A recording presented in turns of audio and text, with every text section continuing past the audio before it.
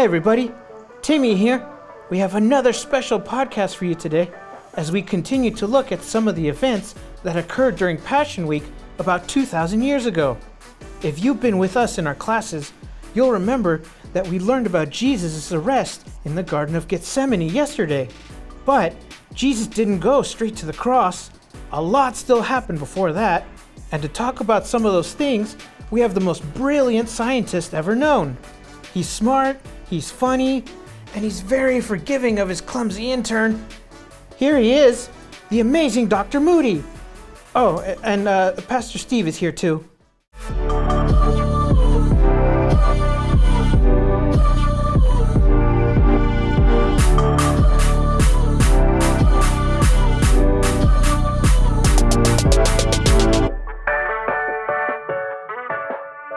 Well, thank you so much, Timmy, for that marvelous introduction. Too many kind words. Well, Pastor Steve, we're here in the studio. How are you? I'm great, the amazing Dr. Moody. That's me. So, Dr. Moody, are you having a blast out here for Passion Week? Oh, I surely am. Being able to go around and seeing all of the fun activities and, most importantly, seeing so many people just enjoying themselves around here, eating some good food, seeing some great attractions like those animals. I do love me some animals. If I'm not mistaken, I think I saw you in the bounce house before everyone got here. Yes, I'm a very high jumper. I can actually reach the ceiling with my head. You're too much, Dr. Moody. I know. Well, Dr. Moody, we've been talking about some of the different events that have taken place during Passion Week, the last week of Jesus' life here on earth. Now, Jesus had foretold that he was going to be betrayed and denied. And here we are, the Garden of Gethsemane. Judas has now betrayed Jesus for 30 pieces of silver. And Jesus has been arrested. And do you remember what happened when Jesus was arrested in the Garden of Gethsemane? Yes, a lot of things happened. Peter took off a guy's ear, Jesus healed the ear, and then Jesus went quietly with all of them. He allowed them to take him to the trial. Yeah, and he went to the chief priest's house, and then they tried him at night. Do you know that what they were doing with Jesus at this point was against their own law? Wow. But yet Jesus went with them. Like you said, he went quietly.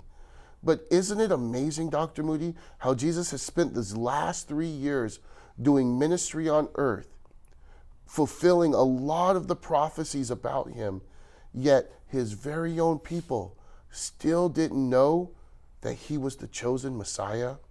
Yeah, nobody actually fully believed, not even his disciples. No. Everyone ran away. Yeah, except for one. Here's Peter. Peter followed closely behind, didn't he? Yes, he did. And while Jesus was here at the chief priest's house and being tried at night, asking, "Are you the Messiah? Are you the Son of God?" And Jesus being tried. Peter standing outside at a distance. You remember that? Yes. Do you remember what happened while Peter was outside the house? He was approached by a little girl. Yeah, and said, "Hey, aren't you one of his disciples?" Yes, and he said, "I've never heard. I don't know who you're talking about. Who is this man?" How many times did that happen to Peter? 3 times. 3 times. And what happened right after that third time? The rooster crowed, and he saw the eyes of Jesus looking upon him. Just like Jesus said was going to happen, huh? Yes. Yeah. And so Jesus was tried by the Sanhedrin, by the chief priest. And as soon as he was done with that trial, do you know what happened to him? You know where they took him to? They took him to beat him, to whip him. Yeah, and he went to Pilate, right? Yes. And he stood trial before Pilate. And then Pilate sent him to Herod. And then Herod sent him back to Pilate. That was a long, exhausting night and day for Jesus, wasn't it, Dr. Moody? Yes, absolutely it was. Yeah, and Jesus spent all of this time going through these trials and persecutions and beatings. And then that led him on the road to the cross. Yes, and you know what? the most amazing thing is that he did it for you and me. And why did he do that, Dr. Moody? Because he loved the world so very much. Yeah, God loved the world that he gave his only son, Jesus, to die on the cross. And the Bible tells us that whoever believes in him shall not perish, but shall have everlasting life.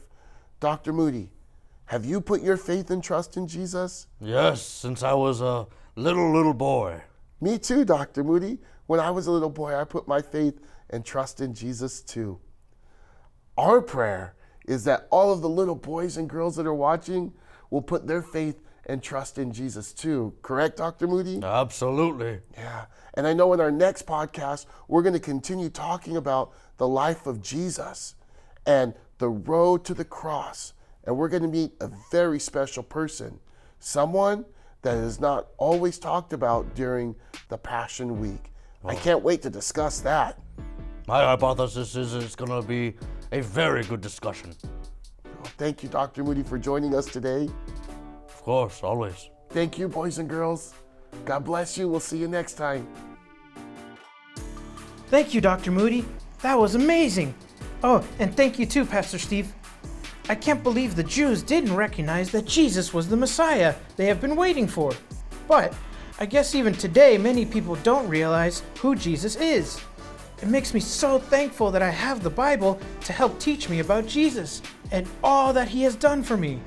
Well, tomorrow we have another special live show for you at church presented by Lucy and her friends. I can't wait to see who she will introduce us to this time. Yesterday's guests were really interesting. Don't forget, the show will be outside under the tent, and more podcasts are on the way. See you later.